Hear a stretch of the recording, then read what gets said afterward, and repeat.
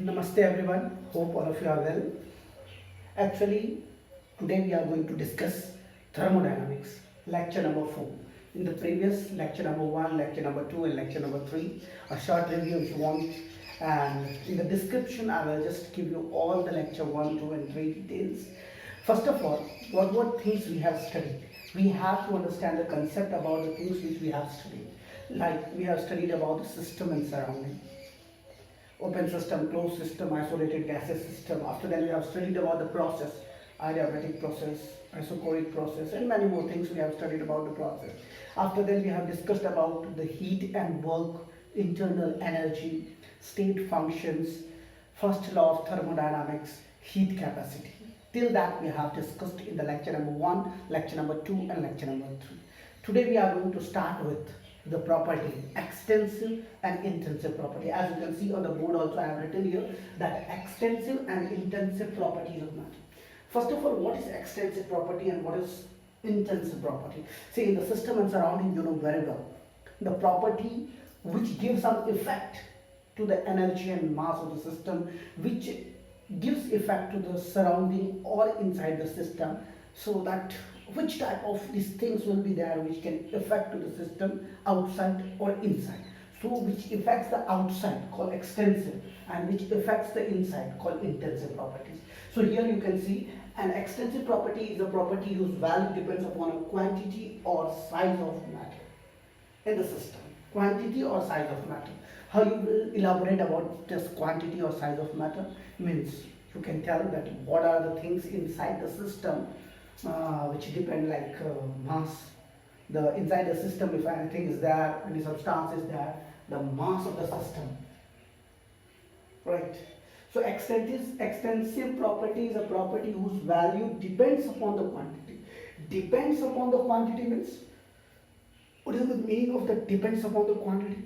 It is depending upon the system internal things, like what will be the mass of the system, what will be the volume, what will be the internal energy, what will be the enthalpy, what will be the heat capacity. These all are the extensive property which depends upon, the value depends upon the quantity or size of the matter present inside the system. The things which are present inside the system, the things which are present inside the system and they depend upon, just suppose outside of this room, this is the system and outside of this room that is surrounding. Is there any relation about the system and surrounding? Now you can tell me what will be the mass of this room, what will be the volume of this room. So it depends upon, yes, it depends upon the surrounding. If you talk about whole world except this room, if I talk about this room is my system, inside this room how many things are there, what are the masses of that things, what is the volume of this room, these all are extensive property, because outside of the system will depend upon this system that yeah, what things I am having. Or getting or not? Just suppose your body, our body is there. Inside our body, there are different organs. All these organs contain cell, tissues, and what other things in the biology. So these all the organs contain these things. Now our system depends. If anybody is very fat, having a big tummy, then you can say that extensive property depending upon the cells present inside the stomach, right? Anybody is having a big muscles, biceps and triceps. If you talk about biceps and triceps, he is doing per day gym. So you can say that time here the extensive property depending upon the internal things, how these muscles became strong, how these biceps and triceps become so large. Are you getting or not? What I mean to say, that extensive property is a property whose value depends upon the quantity or size of the matter present inside the system. Present inside the system. And now what's about the intensive property? This was the extensive property. And what's about the intensive? The property which do not depends upon the quantity, size of matter present inside the system. They are not depending. As for example, just suppose, what is the temperature of this room and what is the temperature of the surrounding? It will not depend. Have you ever thought that what is the temperature of your body and what is the internal temperature of your body?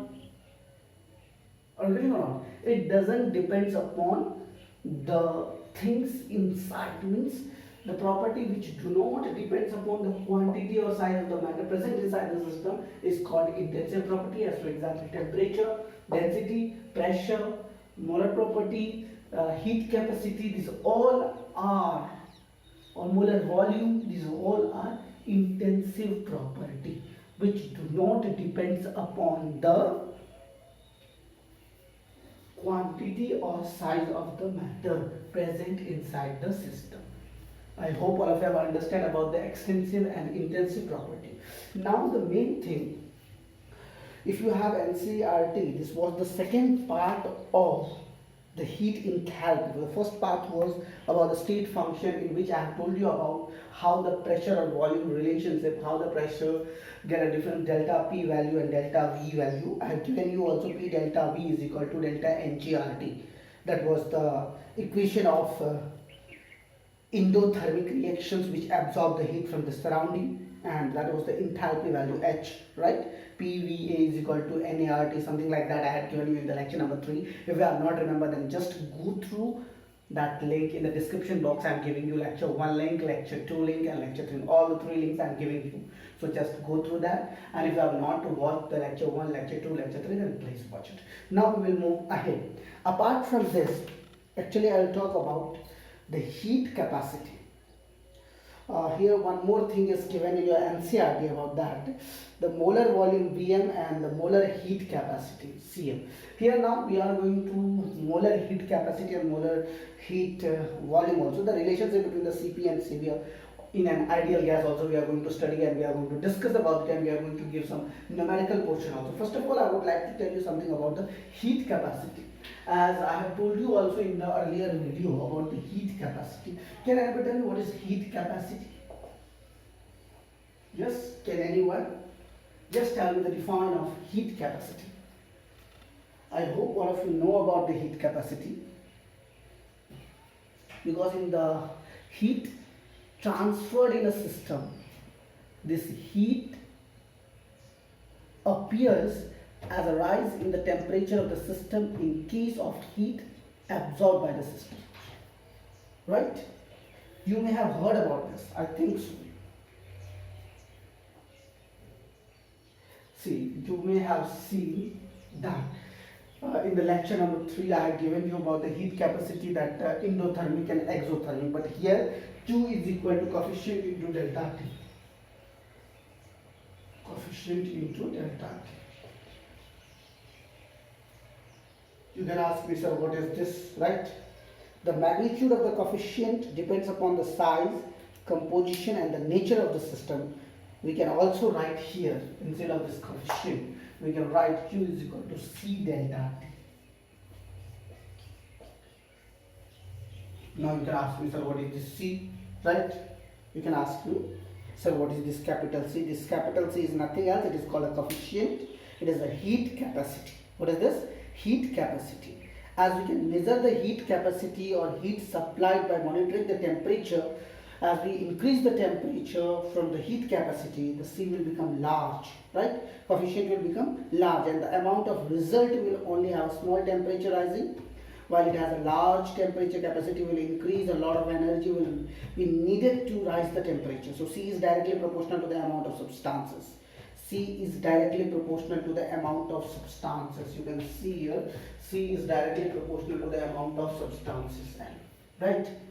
So if I talk about that Cm, what is the Cm? Right now only I have said you, it is nothing else, it is a molar heat capacity. Molar heat capacity, molar heat capacity, Cm is equal to C by M. Molar heat capacity, okay? Cm is equal to C by M. Here it is the heat capacity of 1 mole of the substance in the quantity of heat needed to raise the temperature of 1 mole by 1 degree Celsius. 1 mole by 1 degree Celsius. 1 mole by 1 degree Celsius. So here it is, Cm is molar heat capacity, which will be required to increase the 1 degree Celsius for 1 mole of substances. Now you can say me, it is also called specific heat capacity. Specific heat capacity. Now here the words which I am splitting that, or if I am saying about the molar heat capacity, specific heat capacity. What are these things difference? You can ask me, sir, ये क्या है क्या? What is these things? Kelvin, degree Celsius, or these things? What are the difference between these things? So please elaborate some things, means like heated capacity or something else. So let me clear with first of all, see whatever we are discussing, at least we should know about it, that what things we are discussing. See here, first of all, extensive and intensive property. You can tell me, sir, first clear about this extensive and intensive differences. The similarities, as you have told us, that extensive property values depends upon the quantity or size of the matter, and intensive property do not depends upon the quantity or size of the matter. If I talk about the differences, means if I talk about this differences, extensive and intensive property differences, just suppose for a minute, I'm not giving you a lot of detail about it, but just having something to give you that you can understand about it. See here, if I'm talking about a system, this is a system, okay?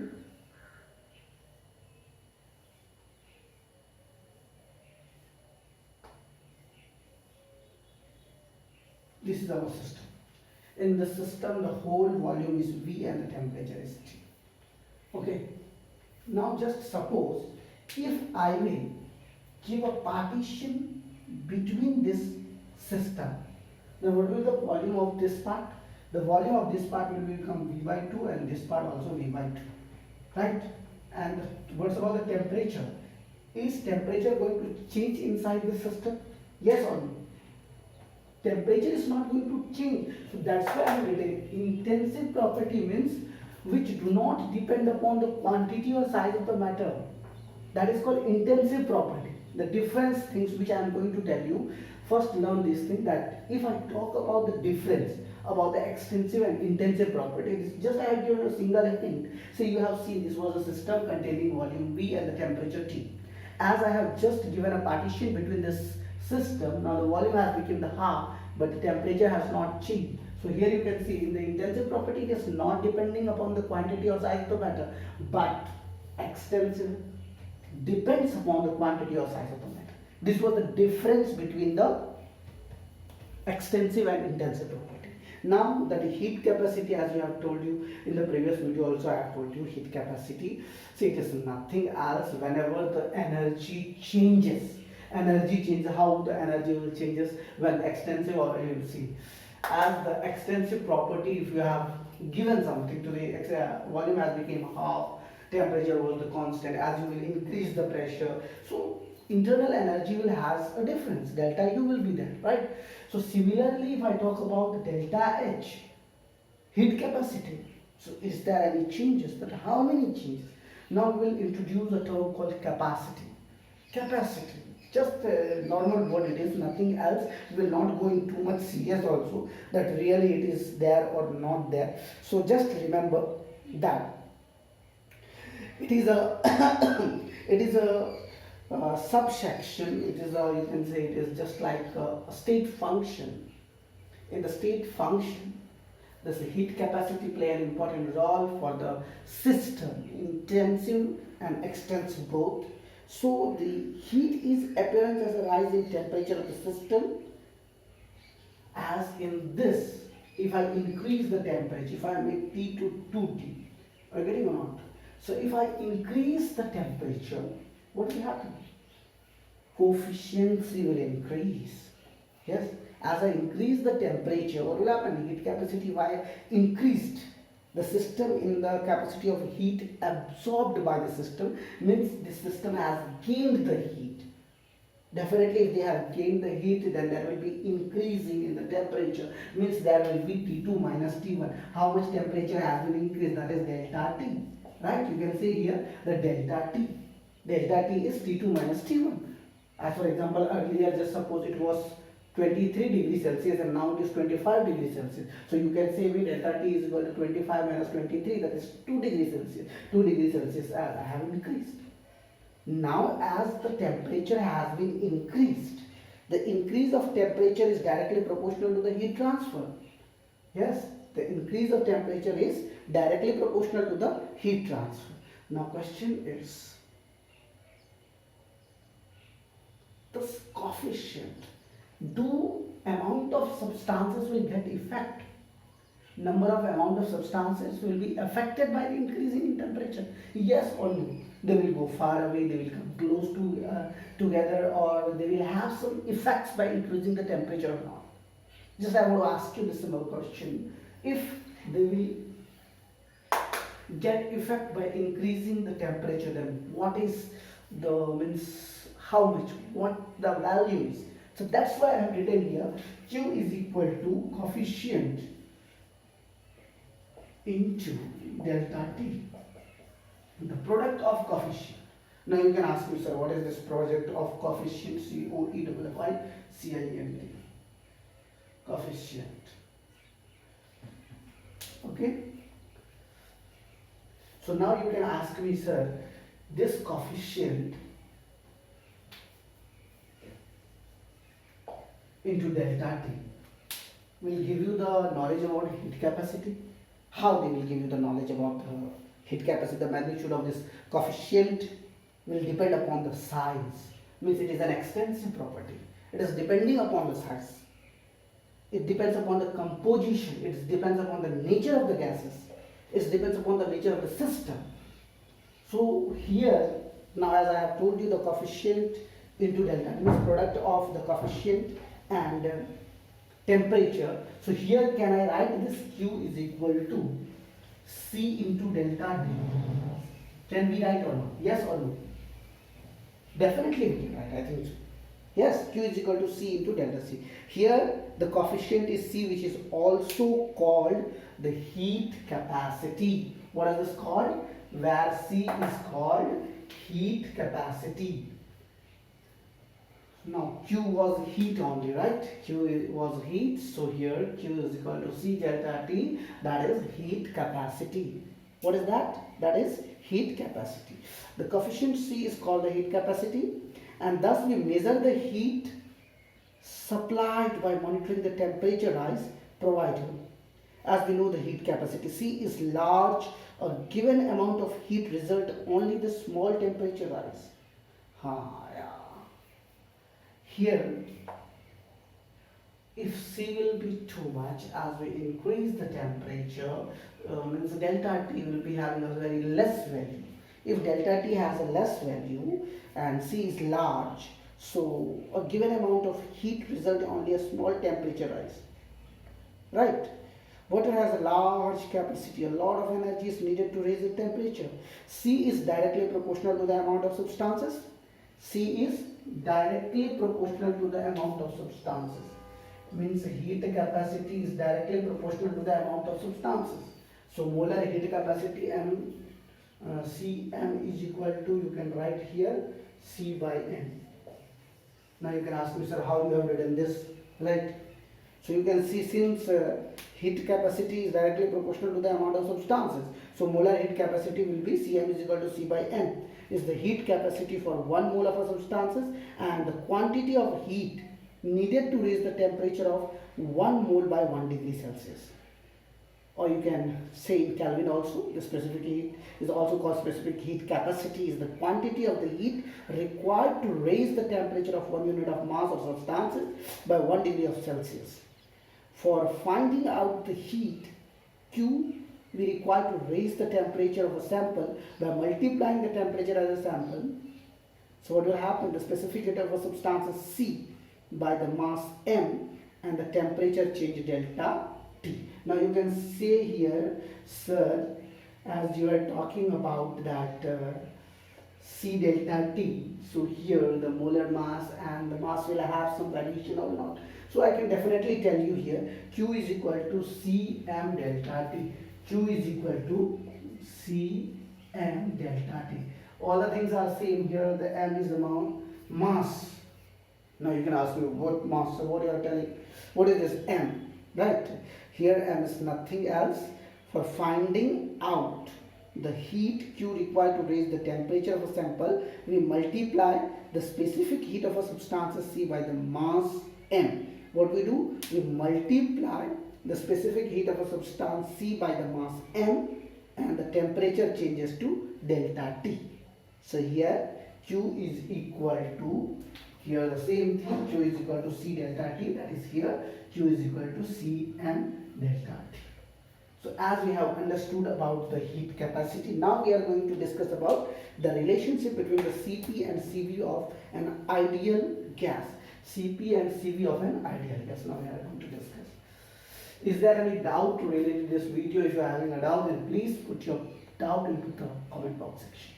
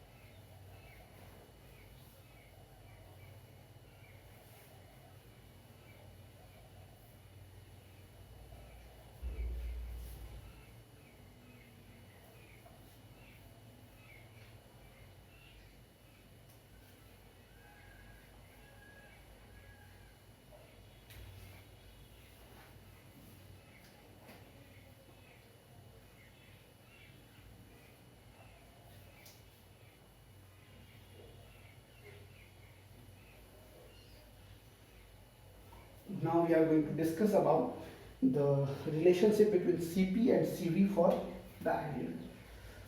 Cp and Cv. Now you have understood about what is this C. It is heat capacity, constant pressure and constant volume. Right? So here if we talk about the heat capacity by putting the pressure constant and by putting the volume constant, what will be the changes and what are the relationship between this Cp and Cv in an ideal gas equation. Especially you have to understand about the ideal gas equation. So first of all, what is the Cp and Cv? As I have right now only informed you about the heat capacity at constant pressure and constant volume. So if you want to write the equation of Q, Q is equal to, right now only we have just written that Q is equal to C delta T. Right now only we have written, okay, before referring the board I have written. Now if I talk about, now at constant pressure, have you remembered this equation? When the constant pressure is there, that I hope you have remembered, then this was nothing else, this was the internal energy difference. If you have remembered, then this is your first equation, right? And similarly, if you put the constant volume, then what will be the equation? Heat capacity at the constant volume, what will be the equation? It will be Cv delta T. And if you have remembered, this was nothing else, that was delta H. Have you remembered? Yes or no? Cv delta T you have remembered. In the lecture number 2 I have given you, this was delta H value, and in the first lecture I have given you about the Qp is equal to Cp delta T. This C was just not introduced, but at constant pressure that was introduced that time, if you have remembered then. Now if I talk about the difference between the Cp and Cv for an ideal gas equation, difference between Cp and Cv in an ideal gas equation. So delta H is equal to delta U plus delta PV. Can we write? Delta for the difference, here, see why I am writing you in an ideal gas equation. You have seen that PV is equal to NHRD. So here if I talk about for a 1 mole ideal gas equation, the delta H is equal to delta U plus delta PV here. Why I am writing here pressure and volume, since both are the constant term, that's why I have written here, and nothing else I am going to do. This is PV is equal to nRT. Have you remembered? PV is equal to nRT. So that's why can I write here delta U plus delta RT, and you know very well R is constant. So can we write here delta U plus R delta T? Can we write this thing or not? Yes or no? Definitely we can write. So what you have got an equation, delta H is equal to delta U plus R delta T. This is your equation number 3. Right? Now, instead of delta U, now putting the values of delta H and delta U, delta H and delta U, what you will get the value? If you put the values of delta U and delta H in equation 1 and 2, you can see here C delta T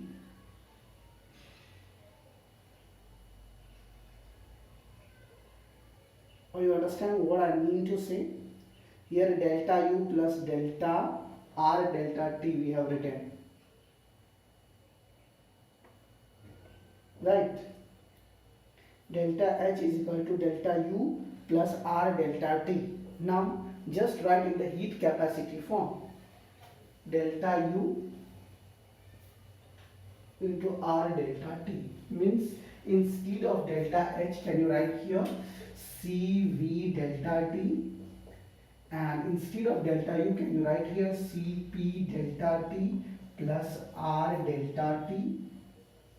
Can we write this thing? Means by putting the Cp and Cv from delta U and delta H. Delta H is Cv delta T and delta U is Cp delta T. Right? So I have not done anything. I have just put the values here. Right? Can I write or not? First tell me this thing. Can I write yes or no? Yes? Can I write? So here what you can see here, that Cp,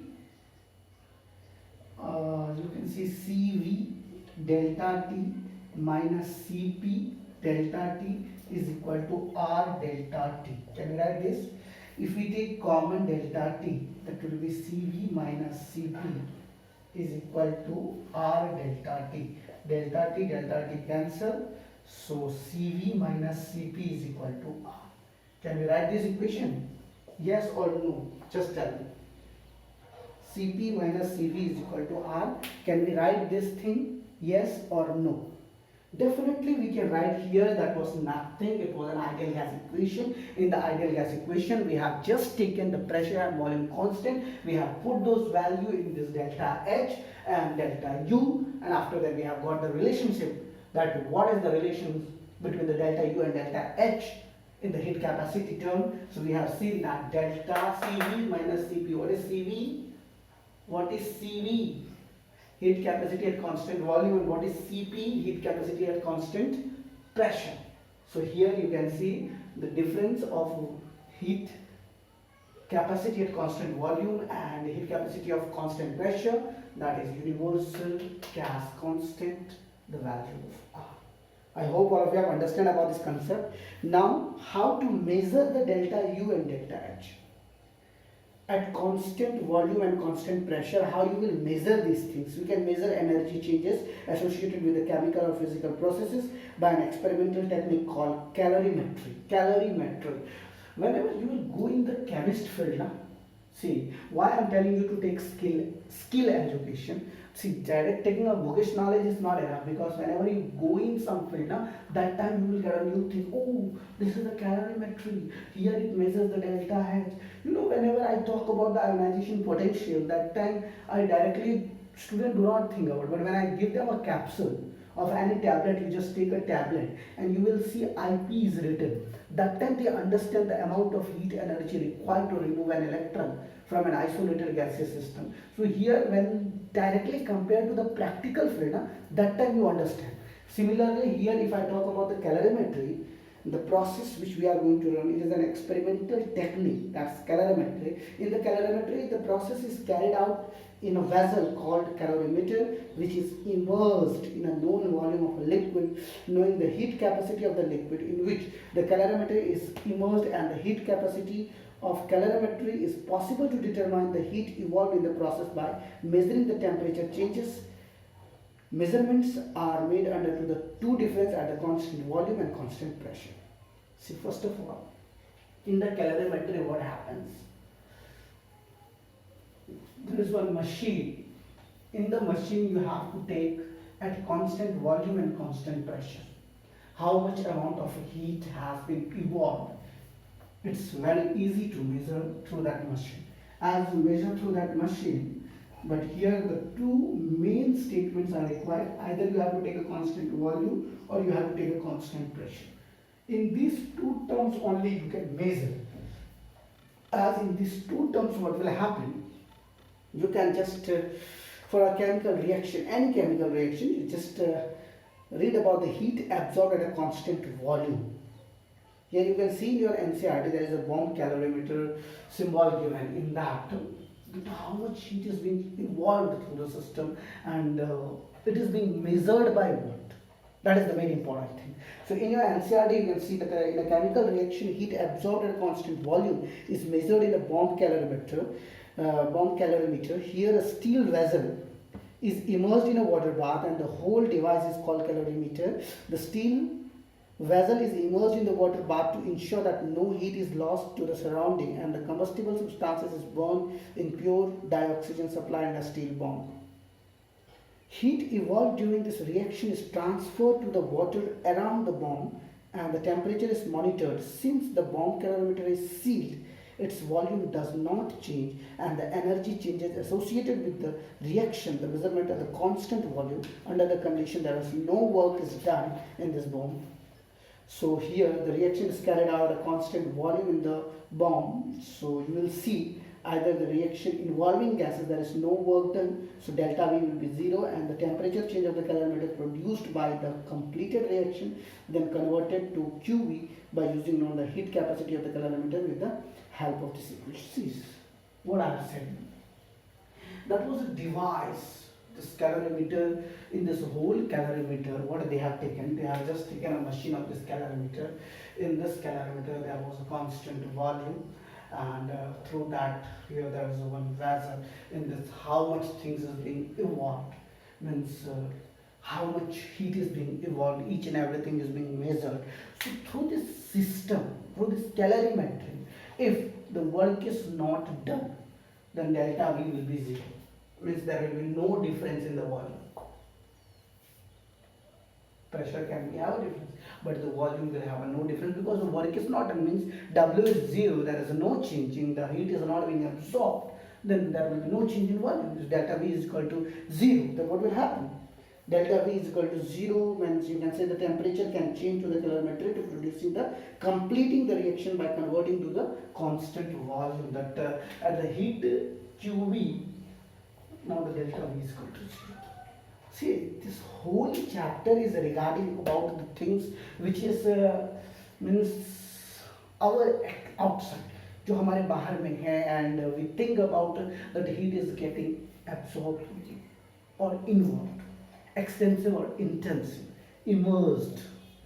आप किसी भी चीज़ को डुबाओगे ना किसी भी चीज़ में, जैसे मान लो just suppose a bucket of water is there and you are putting a glass downside.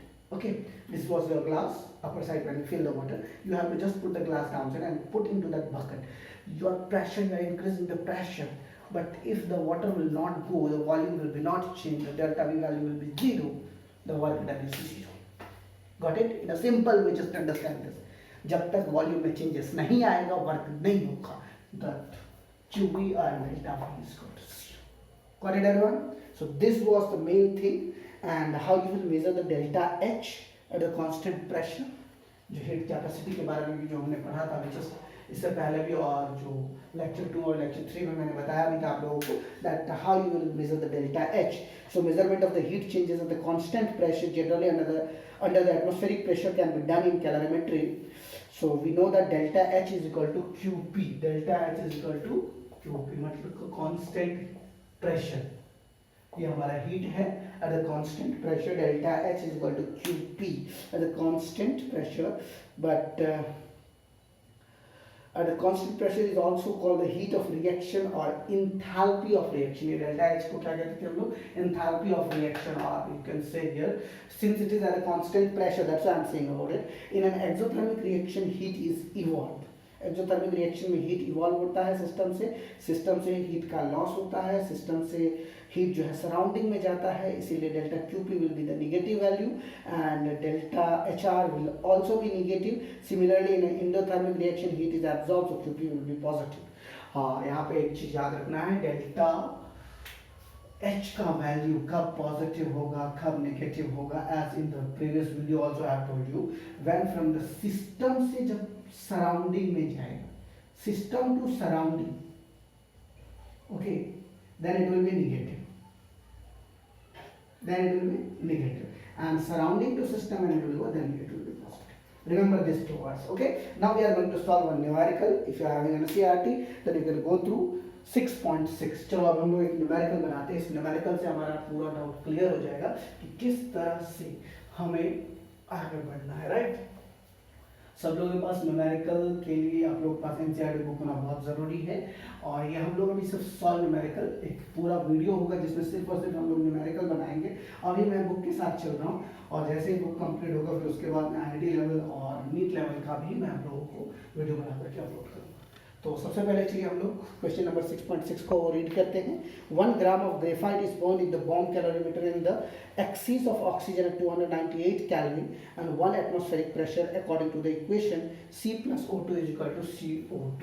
ये हमारा इक्वेशन है, C plus O2 is equal to CO2. ये C हमारा ग्रेफाइट है जिसको हमने O2 के साथ जलाया और ये कार्बन डाइऑक्साइड निकाला.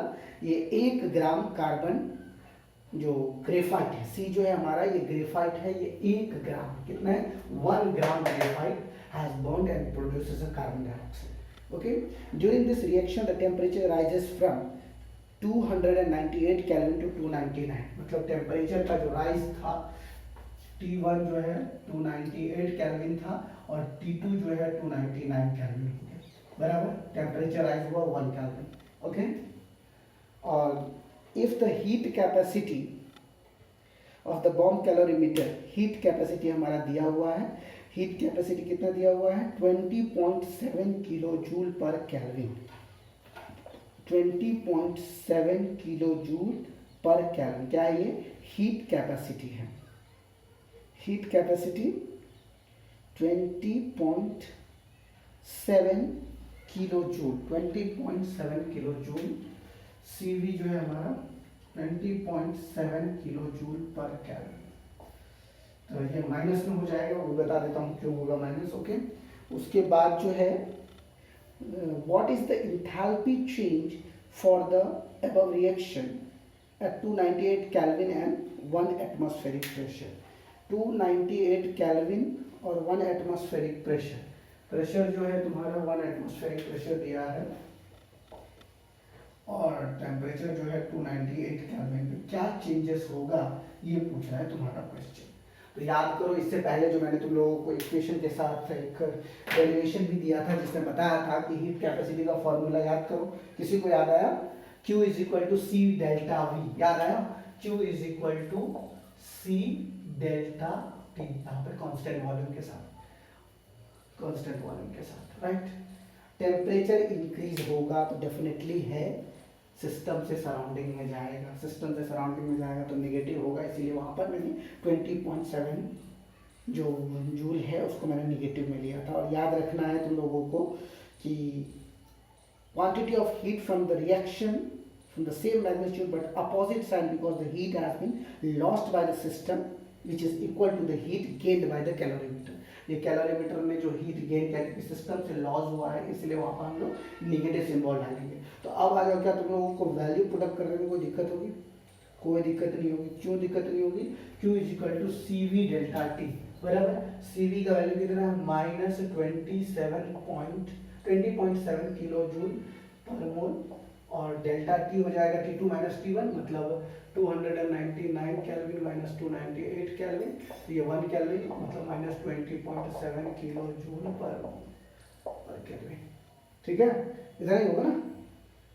चलो अब जो है मेन चीज पे आते हैं। अब हम लोग को जो निकालना है वो है निकालना इंथैल्पी चेंज, डेल्टा यू की वैल्यू निकालनी है। अब यहाँ पर निगेटिव साइन तो तुम लोग समझ गए कि एक्सोथर्मिक रिएक्शन होगा। याद रखना एक्सोथर्मिक और एंडोथर्मिक रिएक्शंस में निगेटिव साइन और पॉजिटिव साइन का बहुत बड़ा वैल्यू है। तो अब जो कंबशन होगा ग्रेफाइट को जो हम लोग जलाएंगे, तो कितने ग्रेफाइट का कार्बन का एटॉमिक मास कितना होता है, 12 होता है, 12 ग्राम पर मोल। क्या होता है, 12 ग्राम पर मोल। तो डेल्टा एच की जो वैल्यू अब हम लोग निकालने जा रहे हैं, जो इंटरनल एनर्जी के बराबर भी होगा 12 ग्राम पर मोल। ये हमारा किसका हो गया, ग्रेफाइट का, जो हम लोगों को दिया हुआ है कि ये 1 ग्राम है। और यहाँ पर जो हम लोगों का Q का वैल्यू आया है वो है माइनस 20.7 किलो जूल पर मोल।